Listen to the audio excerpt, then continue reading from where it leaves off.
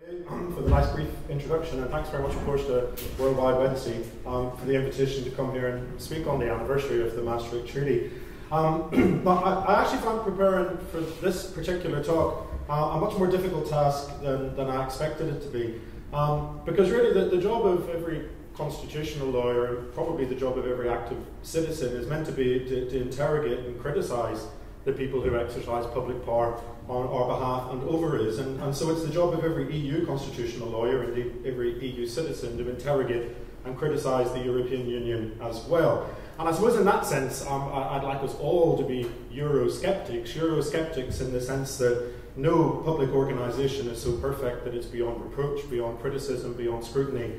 And none of us should be so starry-eyed as to believe that the EU doesn't have its issues, doesn't have its problems, doesn't have its crises.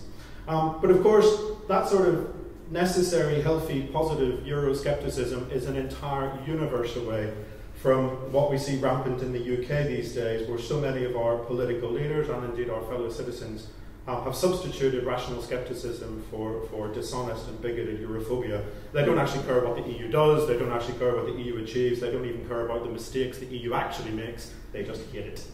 And I suppose that, in a way, makes it all more important sometimes for people like me to not criticise for a living and actually to challenge myself and think about what it is that I do believe are the key benefits of the EU and what I do believe that it matters to me as an EU citizen. And one of the things I amazed myself by was that it must be years and years since I asked myself those questions.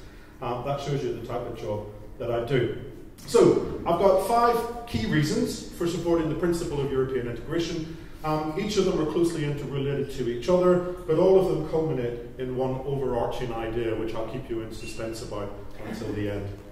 Now, the first reason is very obvious, so obvious it's going to be top of everybody's list, of course, but maybe one of the main lessons that we've learned since the 2016 referendum is that even obvious benefits can't be taken for granted. And maybe it's time that we started saying that much more loudly. Obviously, the European Union has played a, if not the central role in maintaining peace in a continent that used to love slaughtering its own children by the thousands and then by the millions. And we just need to think back over the events since the Second World War. We think of the incredible, unbelievable success of Franco-German reconciliation. We think of the consolidation of the newly emerged democracies that came out of the military dictatorships in countries like Spain and Portugal and Greece. We think of the unbelievably smooth unification of Germany and, just as importantly, its smooth integration into the frameworks of pan-European cooperation. We think, closer to my home, of the genuinely warm and close relations which now exist between the Republic of Ireland and the United Kingdom after centuries of hatred, and, of course, the promotion of a workable peace settlement in Northern Ireland. And we have the remarkable enlargements of 2004 onwards, in which an entire region of ex-authoritarian countries have been integrated into the mainstream of Western democracy. One of the most dishonest claims we hear over and over and over again from Leave campaigners, I hear it myself and I heard it myself on a regular basis, is that the EU contributed nothing to European peace and stability. Everything was owed to American money, American guns. And worse still is when I hear them claim that the aggressive expansionism of the EU provoked poor Vladimir Putin, for example, into invading the Ukraine or destabilizing democracy across the Western world. Shame on those people who spread such silly and offensive lies. But anyway, that's my first reason for supporting the EU. It is a peace project which has been unbelievably successful in its ambition and its achievements. But the EU doesn't simply keep the European peace, and this is my second reason. The EU actually provides a forum for cooperation, collaboration between European states and their peoples, which is unique and astounding. Every day, every week, every month, government ministers from 28 European countries and elected MPs from across an entire continent meet to discuss and agree and resolve our common interests and our differences. Thousands upon thousands of national civil servants are sharing information, coordinating action, which is crucial to our safety and our security.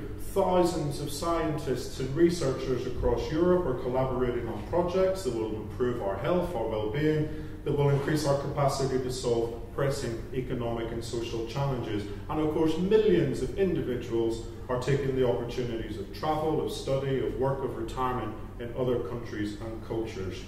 Peace and progress aren't just about the absence of violence, they're also about creating countless opportunities for people to know and understand each other better, and the EU, frankly, does that with massive bells on.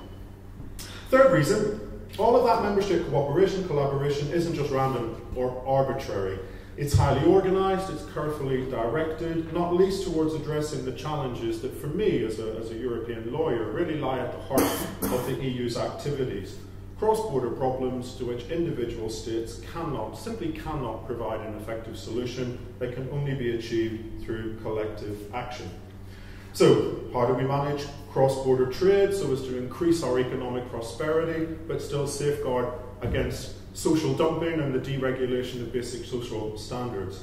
How do we tackle environmental challenges like pollution or climate change that simply are indifferent to national borders? How do we fight cross-border crime or cross-border terrorism when the intelligence and the capacity to offer responses are scattered across 28 different countries? In each and every case, the answer to those questions is the same. Individual countries cannot do these things effectively. They need to act in concert. And the EU is the principal forum through which European countries provide the solutions to some of our biggest problems. Fourth reason, through the very process of organising cross-border cooperation and collaboration to deal with all of these cross-border challenges and problems, the EU is doing something else which is equally important and equally significant.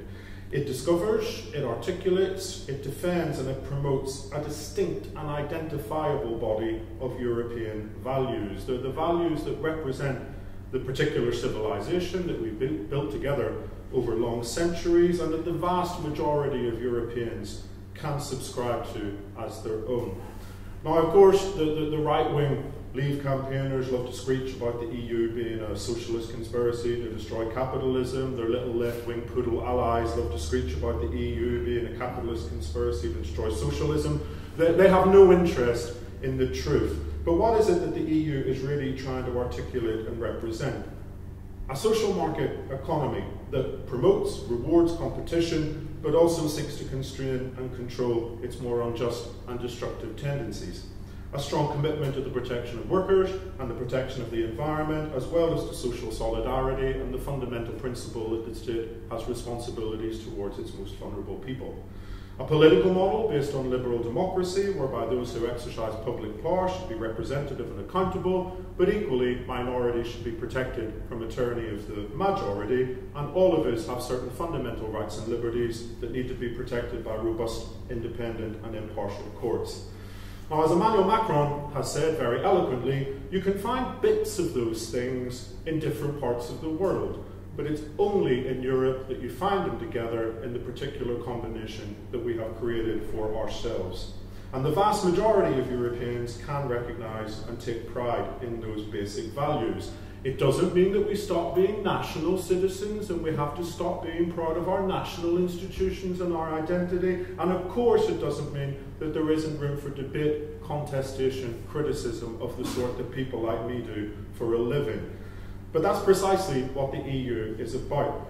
It's meant to be a forum for cross-border cooperation and collaboration that allows us to identify, to express, to debate, and to renew our collective values in the face of shared problems and challenges.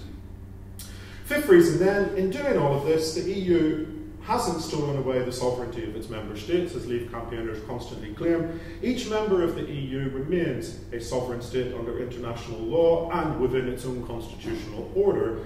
And conversely, the EU isn't a state under international law, and it makes no claim whatsoever to sovereignty or inherent power of its own. The EU is the creation of its member states. It only has the powers the member states have gifted it, and the member states remain firmly in constitutional command. But more than that, one of the most fascinating things, I suppose, about the EU from a scholarly point of view is how it proves that there's no such thing as a finite amount of influence in the world. That the more power you give the EU necessarily means less power for the member states. Actually, EU membership proves that pooling resources, pooling capacity, actively generates, it creates, it spontaneously produces more power and influence for the collective of the member states as well as their individual parts. And that generative power of collective action has the potential not only to enhance and expand national sovereignty, but precisely because it gives the member states capacity to achieve things that they couldn't achieve on their own. In addition, it allows the member states to defend our values, our interests on the world stage. Let no one kid themselves, even for a second. Whether we like it or not, the world belongs to big powers. It's been like that for a long time, and it's probably going to be like that for a very long time to come. We can try and tame the international order through rules-based organisations such as the WTO or the UN, but fundamentally the world belongs to big powers. And those fundamental realities tell us another brutal truth. No European country, not a single one, not Germany, not France, not Britain, none of us, acting alone, can possibly hope to exercise decisive power in defence of our interests on the world stage. The simple fact is the EU is our global power. The EU is our representative on the world stage. It's not just articulating our values and our interests for ourselves in some internal navel-gazing exercise. It's defending and projecting our values among the rest of the world. And contrary to the usual propaganda of the Leave campaigners, it actually does it very successfully. That doesn't mean, again, that we can't identify shortcomings and weaknesses and that we can't criticise some of the choices which are made by the EU, but in a turbulent world, it's only the EU which can provide the critical mass of economic and political and diplomatic power that will protect the collective values of Europeans. And in doing that, it isn't replacing or destroying the nation state, it's actually empowering and enlarging the nation state and its capacity to express our national sovereignty in meaningful ways. So, securing an unprecedented era of European peace, fostering cooperation and understanding among states and peoples, offering collective solutions to common problems that we couldn't solve on our own, articulating a distinct set of European values and protecting those values in an unstable world. They're my 5 key reasons for supporting the fundamental principle of European integration. And what did they add up to together was my single unifying idea. It's a very simple one. If the EU didn't exist, we'd have to create it. And it's as simple as that. If there was no EU, we would have to create it because it's the only organisation which is capable of doing the jobs that we need to be done. We can imagine a different EU, a better EU, we can seek to reform and influence it, but ultimately, if it didn't exist, we'd have to create it again anyway. Thank you very much for your attention, and I suppose I'll do questions.